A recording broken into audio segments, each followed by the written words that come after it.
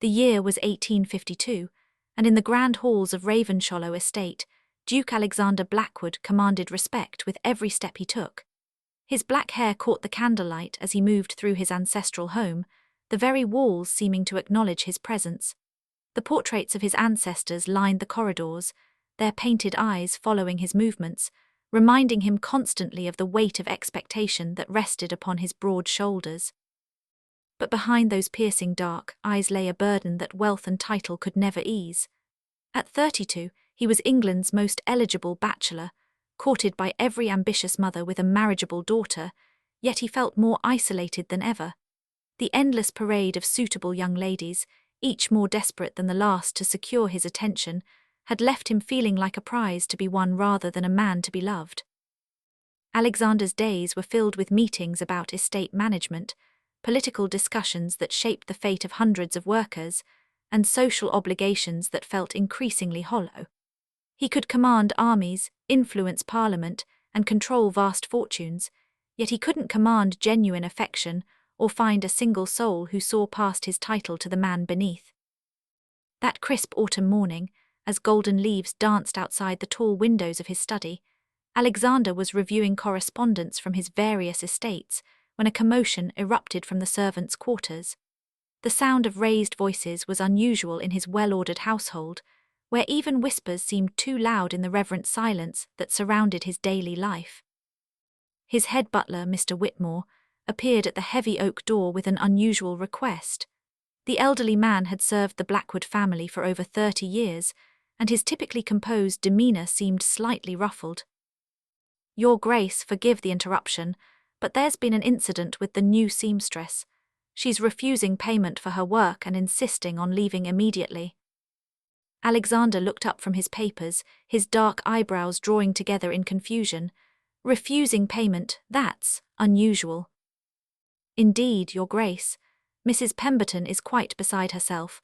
The young woman completed the restoration work on her Grace's wedding gown beautifully, but she won't accept compensation and is packing her belongings as we speak." Alexander frowned deeply. In his experience, servants never refused payment. If anything, they often lingered in hopes of additional compensation or permanent positions. His curiosity overtook him as he set down his correspondence and made his way through the estate's winding corridors toward the rear courtyard. The servants' quarters were a world away from the opulent main house, practical and simple but clean and well-maintained. Alexander rarely ventured into this part of his estate, leaving such matters to his household staff, but today something drew him forward. In the cobblestone courtyard, where morning mist still clung to the corners despite the warming sun, he found a young woman with auburn hair tied in a simple but neat bun. Her worn dress was clean and carefully mended, speaking of pride despite obvious poverty. She was loading her meagre belongings onto a small wooden cart with fierce determination, her movements sharp with barely contained emotion. "Miss," Alexander approached slowly, his commanding presence usually enough to make anyone stop in their tracks and offer immediate deference. "Hartwell, Clara Hartwell."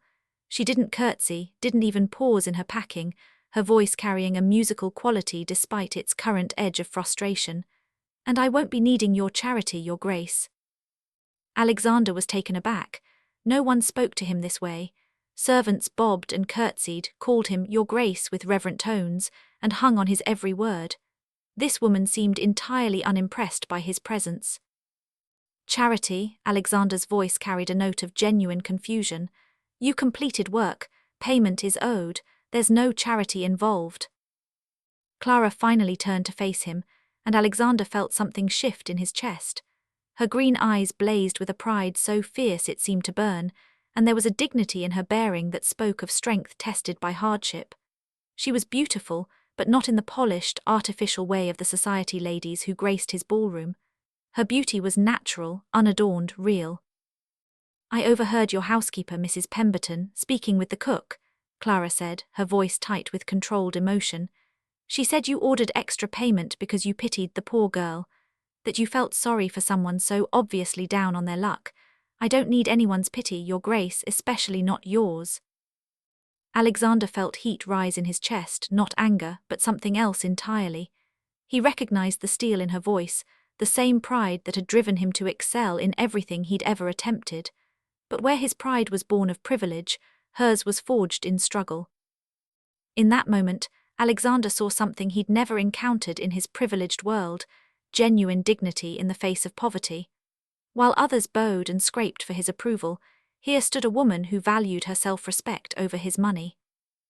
"You misunderstood Mrs. Pemberton's words," Alexander said quietly, his voice gentler than it had been moments before. "I ordered fair payment for exceptional work, nothing more." And Clara's stitching had indeed been remarkable. She'd been brought in to repair his mother's wedding gown, a delicate silk creation that had been damaged in storage for over a decade. The fabric was so fragile that 3 seamstresses before her had declared it impossible to restore without destroying its original beauty. Clara had worked for days, carefully reinforcing torn seams with thread so fine it was nearly invisible, replacing damaged pearls with ones that matched perfectly, and restoring the intricate beadwork with patience that bordered on reverence. "Even so," Clara replied, securing her bundle with hands that trembled slightly despite her fierce composure, "I've heard the whispers throughout the house. The other servants, they think I'm trying to catch your attention, to rise above my station. They say I'm putting on airs, playing games to secure a permanent position, or perhaps catch the eye of someone above my rank. I won't give them more reason to gossip." Alexander studied her face, noting the way her jaw tightened with determination, and the slight flush of embarrassment that colored her cheeks. He realized that her refusal wasn't about the money itself, but about protecting what little dignity she had left in a world that seemed determined to strip it away. "The opinions of gossips shouldn't determine your decisions," Alexander said, stepping closer. "You've earned that payment through skill and hard work." "Easy words from someone who's never had to worry about reputation being their only currency," Clara replied, but there was less bite in her voice now. "You don't understand what it's like to be talked about, whispered about, judged for every move you make." As Clara's cart rolled away from Ravenshollow estate, Alexander stood in the courtyard watching until she disappeared beyond the ancient oak trees that lined his drive. The autumn wind carried the scent of burning leaves and the faint sound of her cart wheels on gravel, but what lingered most was the memory of her fierce green eyes and the way she'd held herself with such dignity despite her circumstances. For the first time in years, someone had walked away from his wealth and position. More intriguingly, she'd left him wanting to know more about the woman who chose self-respect over comfort, who valued her integrity over his money. What Alexander didn't know was that Clara Hartwell carried secrets of her own, secrets that would soon intertwine their fates in ways neither could imagine.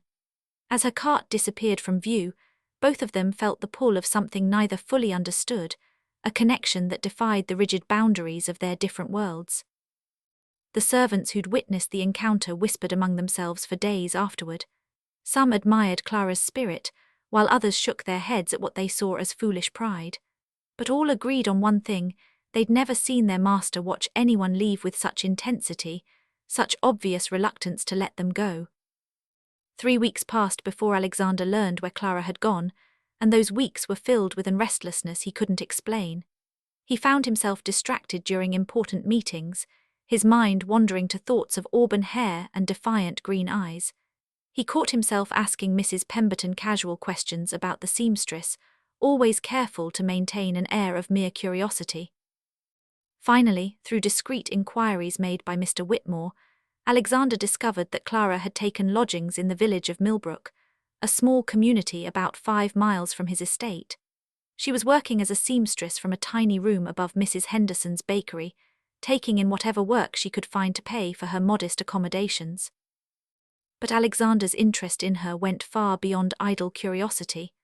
Something about Clara had awakened a part of him that had been dormant for years, a desire for genuine connection, for someone who would challenge him rather than simply agree with everything he said.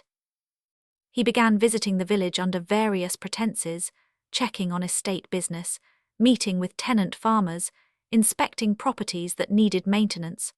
Always his route took him past Mrs. Henderson's bakery, where he could catch glimpses of Clara through the small window of her upstairs room.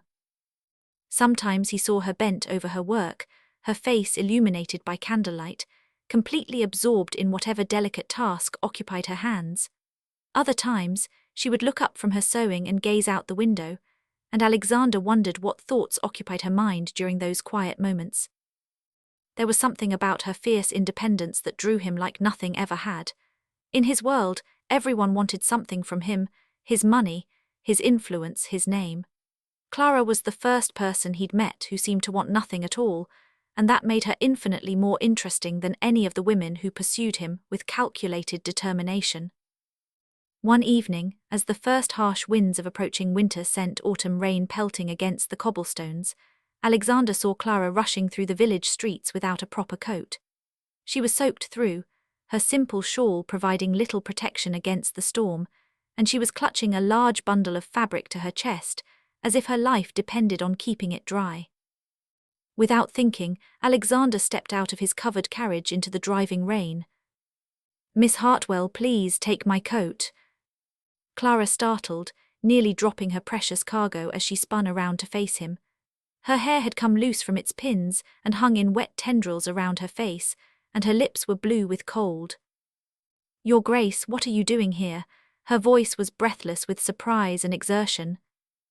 "Caught in the same storm as you, it seems." Alexander removed his heavy woolen cloak without hesitation and draped it around her shoulders before she could protest. The coat engulfed her small frame, and he felt a strange satisfaction in seeing her wrapped in its warmth. "That fabric you're protecting, it looks valuable."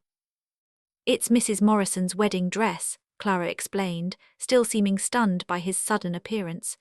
"Her daughter's ceremony is tomorrow morning, and I promised the final alterations would be finished tonight. I was just—" Her voice trailed off as she realized she was explaining herself to a duke, standing in the rain as if they were equals. The awareness of their different stations seemed to hit her all at once, and she stepped back slightly. "Come," Alexander said, gesturing toward his carriage. "My carriage will get you there safely, and the dress will stay dry." The ride to Mrs. Morrison's cottage was filled with a silence broken only by the sound of rain against the carriage windows and the gentle rocking motion as they travelled over the uneven village roads. But Alexander found himself stealing glances at Clara, noting how she held the wedding dress as if it were made of spun gold, how her fingers traced the delicate embroidery even through the protective wrapping. When they arrived at the small cottage where warm light glowed through lace curtains, Clara moved to return his cloak. "Keep it," Alexander said softly, meaning far more than just protection from the weather. "The storm hasn't passed." As Clara disappeared through the cottage door, Alexander made a decision that would change everything. Instead of continuing on to his planned destination, he instructed his driver to wait at a discreet distance. Through the cottage window, he could see into the warm, lamplight parlour where Clara worked with Mrs. Morrison and her daughter. The bride was young, perhaps 19, with the kind of nervous excitement that made her hands shake as Clara made final adjustments to the gown. Mrs. Morrison hovered nearby, tears already gathering in her eyes as she watched her daughter transformed into a vision of bridal beauty. Alexander watched Clara work with gentle efficiency, pinning and adjusting, offering quiet words of encouragement to the nervous bride. There was something magical about the scene, the joy on the bride's face as she saw herself in the mirror, the tears in her mother's eyes, the quiet satisfaction in Clara's expression as she stepped back to admire her handiwork. It was a scene of pure, unguarded happiness that Alexander realized he'd never truly experienced in his world of formal dinner parties and political maneuvering. These women had so little compared to the wealth he commanded, yet there was a richness to their joy that made his elaborate social gatherings seem hollow by comparison. But Alexander's growing interest in Clara hadn't gone entirely unnoticed. Lady Victoria Ashworth, a wealthy widow who'd been pursuing him with increasing determination for months, had made note of his frequent trips to Millbrook. Her network of servants and social connections kept her well informed of his movements, and she'd seen his carriage in the village on several occasions. Victoria was a beautiful woman, sophisticated and well-connected, with the kind of polish that came from years of navigating high society. She'd been married to Lord Ashworth for 10 years before his death, and she understood perfectly how to play the games of wealth and influence. She'd set her sights on Alexander as her next husband, seeing him as the perfect combination of title, wealth, and political power. When she learned of his interest in a common seamstress, Victoria began spreading carefully crafted whispers among London's elite about the Duke's peculiar fascination with inappropriate companions. She was far too clever to make direct accusations, but her subtle suggestions planted seeds of doubt about Alexander's judgment and raised questions about his fitness for the responsibilities of his position. Meanwhile, Clara was fighting battles of her own in the small village community. The other seamstresses in Millbrook had initially welcomed her as just another worker trying to make an honest living, but as word spread about her exceptional skill and the attention it brought, resentment began to grow. Margaret Winters, an older woman who dominated the local sewing trade for over 20 years, felt particularly threatened by Clara's presence. Margaret's work was competent but uninspired, and she'd grown comfortable being the only option for anyone needing alterations or custom garments. Clara's artistic skill and attention to detail made Margaret's work look ordinary by comparison. "Who does she think she is, turning down the Duke's money?" Margaret sneered to anyone who would listen, her voice carrying through the village market like poison. "Mark my words, she's playing some kind of game to catch his eye. No honest woman would refuse good payment unless she had ulterior motives." The other women began to echo Margaret's suspicions, and soon Clara found herself increasingly isolated. Potential clients were warned away from her services, and she often discovered that work she'd been promised had been quietly redirected to other seamstresses. The isolation was taking its toll on Clara, but she refused to show weakness. She'd learned early in life that showing vulnerability only invited more cruelty, that the only way to survive was to present a strong front even when you were breaking inside. What neither Alexander nor Clara knew was that their growing connection was being carefully observed by someone with his own agenda. Lord Edmund Blackwood, Alexander's younger brother, had always lived in his shadow. Where Alexander was strong and decisive, Edmund was charming but weak-willed. Where Alexander commanded natural respect, Edmund had to work for every bit of attention he received. Edmund was handsome in a softer way than his brother, with lighter hair and an easier smile, but he lacked Alexander's strength of character and moral compass. He'd always resented being the spare heir, the one who would inherit nothing unless something happened to Alexander. Over the years, that resentment had grown into something darker. Edmund had accumulated massive gambling debts through poor investments and worse judgment at the card tables. He'd borrowed against his future expectations, always assuming that Alexander would eventually marry well, and that the family's increased political alliances would provide opportunities for Edmund to recoup his losses. But Alexander's apparent disinterest in suitable marriage candidates had left Edmund increasingly desperate. He needed his brother to marry someone who would bring political connections and social advantages that could help Edmund escape his financial difficulties. Clara Hartwell represented a threat to everything Edmund had planned. If Alexander became seriously involved with a woman of no fortune or family connections, it would be a disaster for Edmund's hopes of social and financial recovery. As winter approached and Alexander's visits to Millbrook became more frequent, Edmund began to realize that his brother's interest in the seamstress might be more than casual curiosity. The stakes were about to rise dramatically, and the secrets both Clara and Alexander carried would soon be forced into the light. The first snow of winter arrived early that year, bringing with it a crisis that would test everyone's true nature. A devastating fire had swept through the village mill during a particularly dry spell in late autumn, leaving dozens of families without work and facing the prospect of starvation during the harsh winter months. The mill had been the economic heart of Millbrook, providing employment for most of the village's men and some of the women as well. With it gone, families that had been merely poor suddenly found themselves destitute, with no source of income and no way to buy food or fuel for the coming winter. Alexander immediately organized relief efforts from his estate, providing food, blankets, and temporary financial assistance to the affected families. But it was Clara who surprised everyone with her response to the crisis. Despite having barely enough money to feed herself and pay her modest rent, Clara called a meeting of all the women in the village. She proposed that they pool their various skills and work together to take in sewing contracts from neighbouring towns and cities. By combining their efforts and sharing the profits equally among all the families affected by the fire, they could provide some income during the winter months. "We may not have much individually," Clara told the gathered women, "but together we have skills that people need. We can take in everything from simple mending to elaborate dressmaking. The key is working as one unit instead of competing against each other."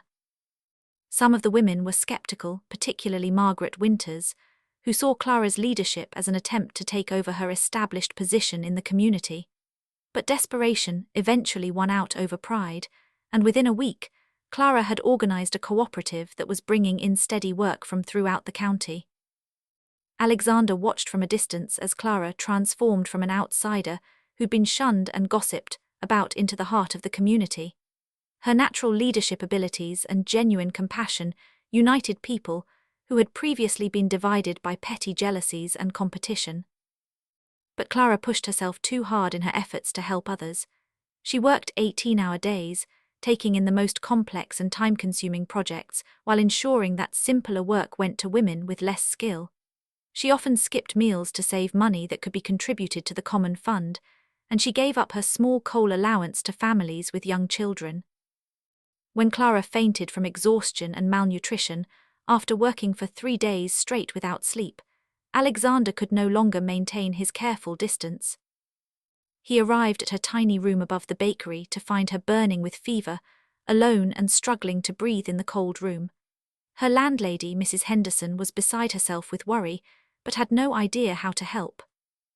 "She's been working herself to death," Mrs. Henderson told Alexander, wringing her hands. "I tried to bring her soup, tried to make her rest, but she insisted she had orders to complete. She kept saying people were depending on her." Without hesitation, Alexander scooped Clara's burning form into his arms and carried her to his waiting carriage. She was so light that he was shocked. Had she been eating at all? "No, I can't. People will think," Clara protested weakly through her fever, even in her delirium aware of the impropriety of being in his arms. "Let them think what they will," Alexander said firmly, his voice rough with emotion he didn't fully understand. "You're coming to Ravenshollow and you're going to get proper medical care."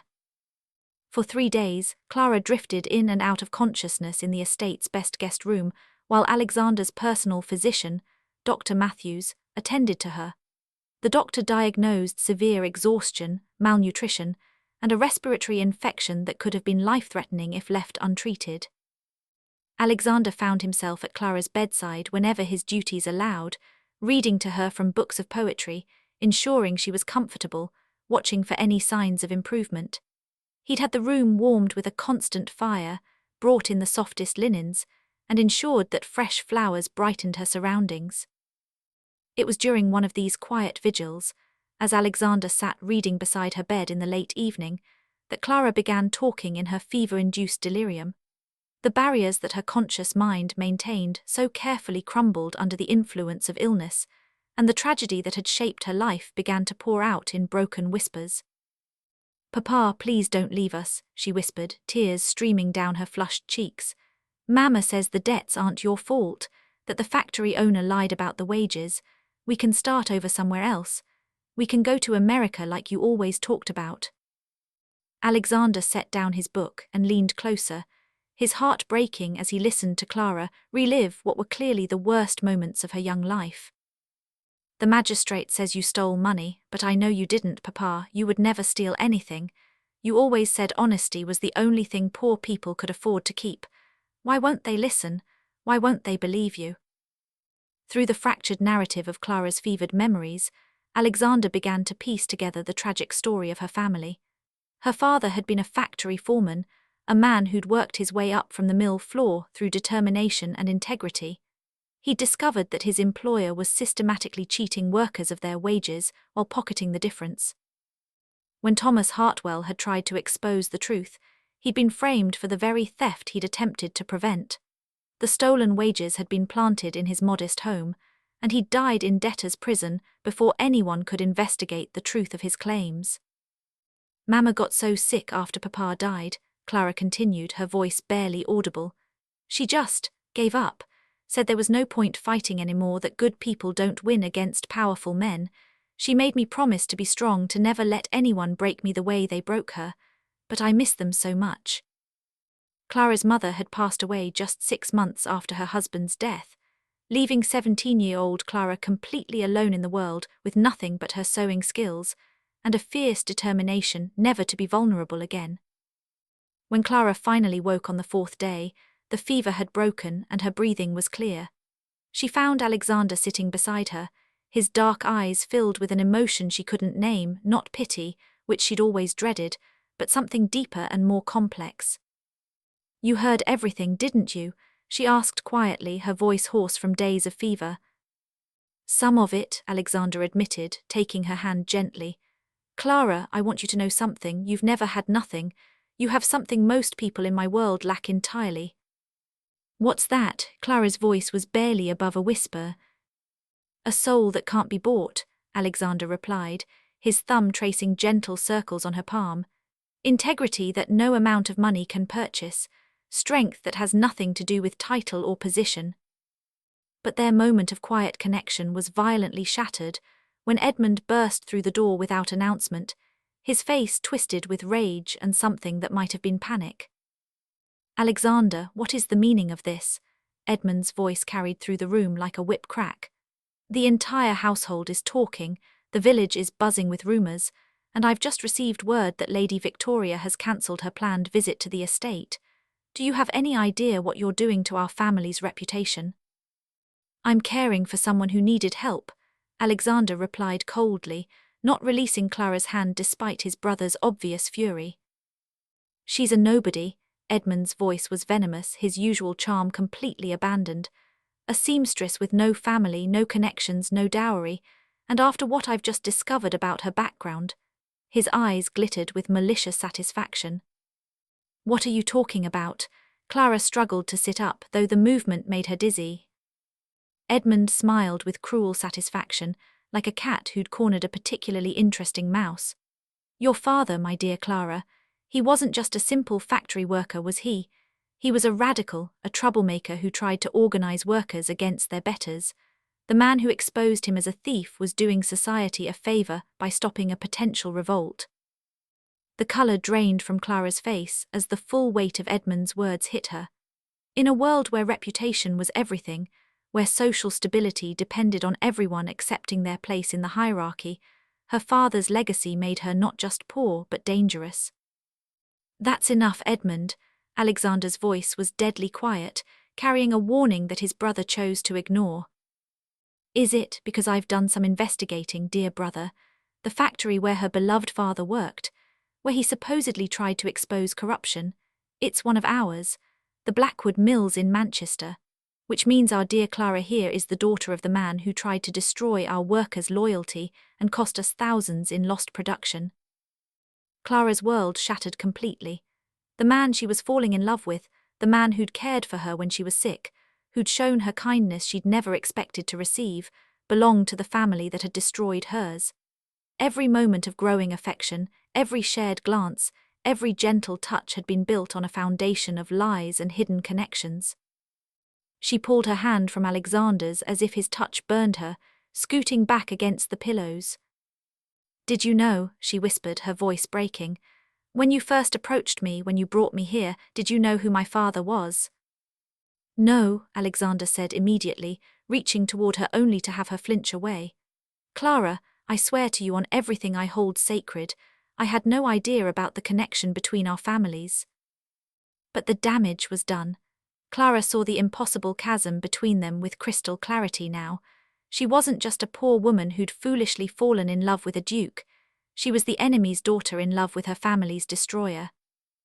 "I need to leave," Clara said, tears flowing freely now as the full implications hit her. "This was madness from the beginning. We both knew it, but I let myself hope. I let myself dream." "Clara, please let me explain." "Don't," she said firmly, looking at Alexander with such heartbreak in her eyes that he felt physically sick. "This was my fault for forgetting who I am, where I come from, for thinking that someone like me could ever belong in your world." As Clara prepared to leave Ravenshollow forever, gathering the simple dress she'd arrived in and refusing all offers of warmer clothing or travel money, Alexander faced the most important decision of his life. Love or duty, heart or heritage, the woman who had nothing but had given him everything he'd never known he needed, or the world that had given him everything but had never asked what he actually wanted. The choice he made in the next few hours would determine not just their fate, but the kind of man he truly was, and whether he would spend the rest of his life wondering what might have been. Clara left Ravenshollow that very night, despite Dr. Matthew's protests that she wasn't strong enough for travel. She couldn't bear to spend another moment in the house where she'd felt, for just a few days, like she might actually belong somewhere. The kindness she'd been shown felt like a mockery now, charity offered by the very people who'd destroyed her family. But Clara didn't return to her small room in Millbrook Village. The weight of her family's history and the impossibility of her feelings for Alexander made staying in the area unbearable. Instead, she used the few coins she'd managed to save and bought passage on a coach heading north to Scotland, where she hoped to disappear entirely and start over once again. The journey was brutal. The winter roads were nearly impassable, and Clara's recent illness made every mile a struggle. But she pushed forward, driven by a need to put as much distance as possible between herself and the man who'd unknowingly represented everything she'd lost. Meanwhile, Alexander wasn't prepared to let her go without a fight. The revelation about their family's connected past had shaken him to his core, but it had also crystallized something he'd been fighting since the moment he'd first seen Clara loading her cart in his courtyard. For the first time in his life, he'd found someone who challenged him to be better, who saw past his title to the man underneath. Clara had shown him what it meant to have integrity in the face of adversity, what real strength looked like, what love could be when it wasn't based on calculation or social advantage. He spent 2 weeks using every resource at his disposal to investigate the truth about Clara's father, diving into records that had been buried for years. What he discovered in the dusty files of the Manchester mill changed everything he thought he knew about his family's business practices. Clara's father, Thomas Hartwell, hadn't been a radical troublemaker at all. He'd been a man of conscience who'd discovered that the mill's overseer, a man named James Crawford, had been systematically cheating workers of their wages for over 2 years while pocketing the difference. When Thomas had brought evidence to the mill owner, Alexander's own father, he'd been assured that the matter would be handled internally and that Crawford would be dismissed. Thomas had been promised that the stolen wages would be returned to the workers and that his position as foreman would be safe. But Crawford had powerful friends among the local magistrates and had managed to convince them that Thomas was the real thief. The stolen wages had been planted in Thomas's modest home during a midnight raid, and he'd been arrested before Alexander's father could intervene. The Duke had been preparing to investigate the charges and clear Thomas's name when he'd suffered a sudden heart attack and died. In the chaos following his death, Thomas's case had been forgotten, and he died in prison 6 months later, still protesting his innocence. Crawford had eventually been caught embezzling from another mill 3 years later, but by then Thomas's reputation was already destroyed and his family was scattered. The truth had been buried in legal files that no one had bothered to examine. Alexander realized that his family didn't just owe Clara nothing, they owed her everything. Her father had died trying to protect workers who had no other voice, and the Blackwood family had failed him completely. Meanwhile, in a small Scottish village where the North Sea winds cut through even the warmest clothing, Clara was struggling to build yet another new life. She'd found work as a seamstress in a tiny shop, but the weight of her heartbreak made even the simplest tasks feel overwhelming. She'd convinced herself that forgetting Alexander was possible, that she could bury her feelings the same way she'd buried her grief for her parents, but every sunset reminded her of the way candlelight had caught in his dark hair. Every act of unexpected kindness from a stranger reminded her of his gentle care when she'd been sick. Every night she dreamed of strong arms holding her, of dark eyes filled with understanding, of a voice that had made her feel safe for the first time since childhood. It was Edmund who ultimately forced Alexander's hand. Desperate to salvage what he saw as a disastrous situation that threatened his own financial future, he began spreading carefully crafted stories throughout London society. He told anyone who would listen that his brother had been temporarily bewitched by a clever fortune hunter, but had fortunately come to his senses before making any irreversible mistakes. Edmund even went so far as to arrange a formal engagement announcement with Lady Victoria Ashworth, forging Alexander's signature on the documents and sending them to the London papers before Alexander knew what had happened. When Alexander discovered Edmund's machinations, he realized that half measures and careful diplomacy would no longer suffice. If he was going to choose Clara, and he knew now that there had never really been any other choice, he had to do it completely, publicly and permanently. The confrontation between the brothers was explosive. Alexander found Edmund in the estate's library, already celebrating what he thought was a successful manipulation. "You had no right," Alexander said, his voice dangerously quiet as he held up the engagement announcement. "No right to speak for me, to make promises in my name, to interfere in my personal affairs." "Someone had to save you from yourself," Edmund replied, pouring himself a generous glass of brandy. "You were about to throw away everything our family has built for a pretty face and a sad story. I did what was necessary." "What was necessary was for you to mind your own affairs and let me manage mine." "Your affairs affect all of us, Alexander. You're not just any man, you're the Duke of Ravenshollow. Your marriage will affect our political alliances, our business relationships, our social standing. You can't just follow your heart like some romantic fool." "Watch me," Alexander said, moving to the desk and pulling out fresh paper and ink. "I'm writing to the papers to correct this announcement, and then I'm going to Scotland to find Clara." "She'll never have you," Edmund said viciously. "Not when she learns the whole truth about what our family did to hers. Not when she realizes that marrying you would make her the object of ridicule in every drawing room in England. She's not stupid, Alexander. She knows what she is." "She's the woman I love," Alexander replied simply, signing his name to the retraction with a firm hand. "And if she'll have me, she'll be my wife." On a snow-covered February morning, when the Scottish Highlands wore their winter coat like armour, Alexander arrived in the village where Clara had taken refuge. He came not with a grand carriage and footmen that would announce his arrival and create a spectacle, but alone, on horseback, carrying only a leather satchel that contained the evidence of her father's innocence and a heart full of hope. The village was small and close-knit, the kind of place where strangers were immediately noticed and discussed. Alexander had no trouble learning that the English seamstress lived in a boarding house near the harbour, where she could hear the crash of waves against the rocks during the fierce winter storms. Clara was hanging laundry behind her boarding house when she saw him dismount from his horse. The sheets she'd been pinning to the line fluttered in the wind like white flags of surrender as her heart stopped, then began racing so fast she could barely catch her breath. He looked different somehow, older, more weathered, as if the weeks apart had changed him in fundamental ways.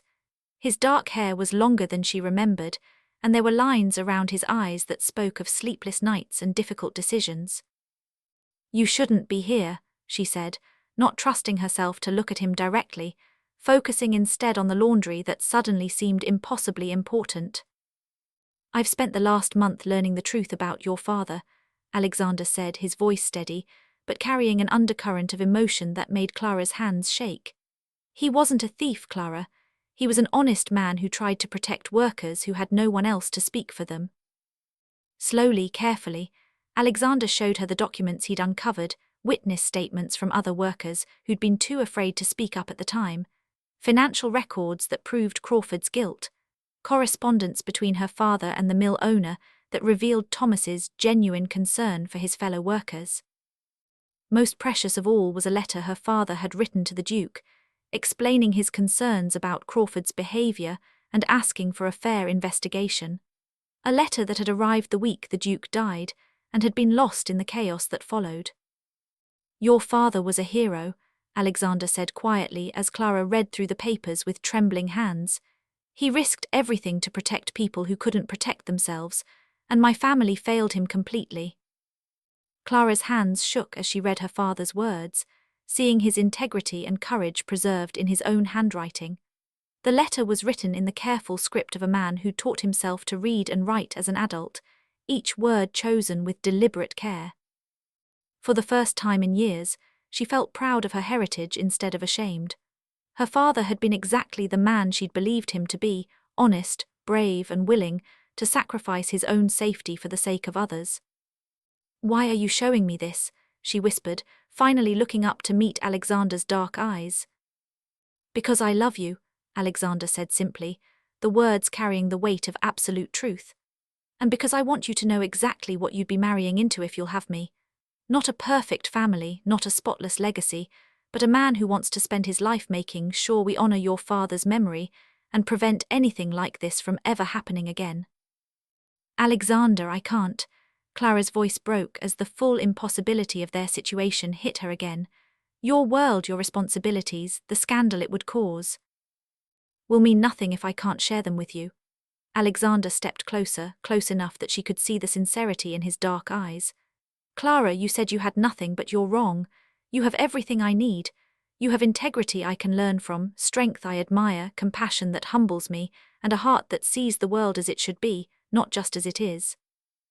But the scandal, the gossip, what people will say—" "Let them talk," Alexander said firmly. "I've spent my entire life living for other people's expectations, trying to be the perfect duke, the perfect son, the perfect political ally. The only expectation that matters now is my own, to be worthy of the woman I love." Alexander dropped to one knee in the muddy yard behind a Scottish boarding house, producing a simple gold ring that had belonged to his grandmother. Not the elaborate Blackwood family ring with its centuries of history and political significance, but something personal and real. "Clara Hartwell, will you marry me? Not because of what society expects, not because of duty or politics or family obligations, but because I choose you. Because I will always choose you. Because you've shown me what love can be when it's real instead of convenient."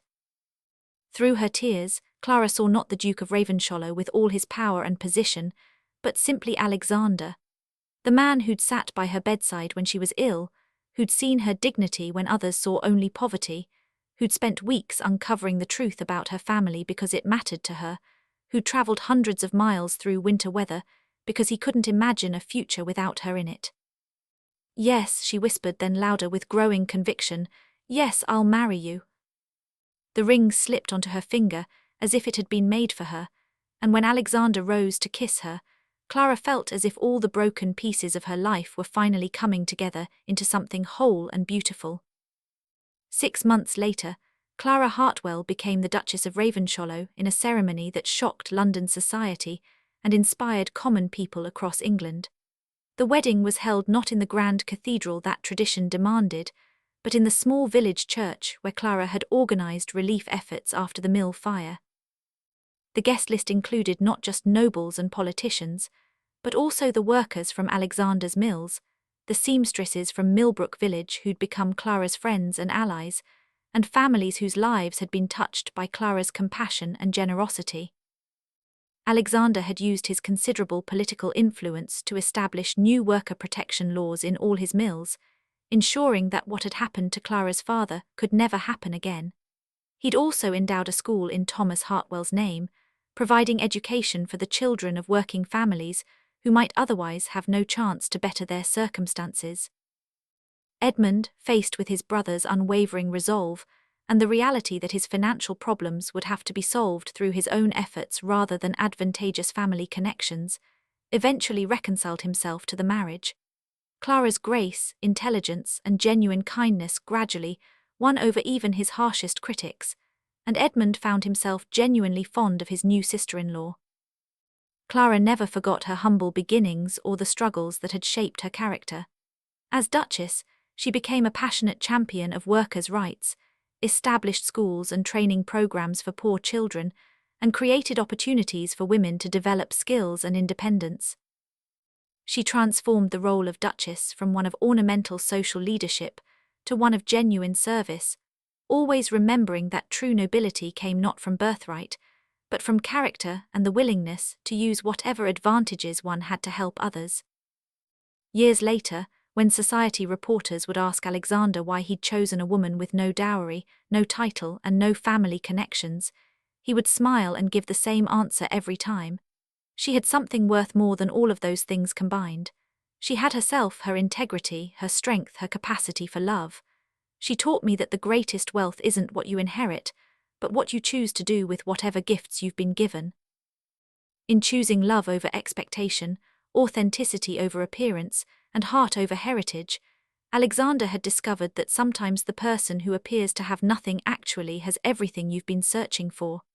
Clara had walked away from his estate with nothing in her cart, unaware that she'd already won something far more precious than gold, a man's complete and unwavering love. Their marriage became legendary not for its scandal, but for its genuine happiness and the positive changes it brought to countless lives. They proved that love could bridge any gap, overcome any obstacle, and transform not just two people, but entire communities. If you enjoyed this story of love conquering all odds and the power of choosing what's right over what's easy, please like this video, subscribe for more tales that will warm your heart, and share this with someone who believes in the transformative power of true love.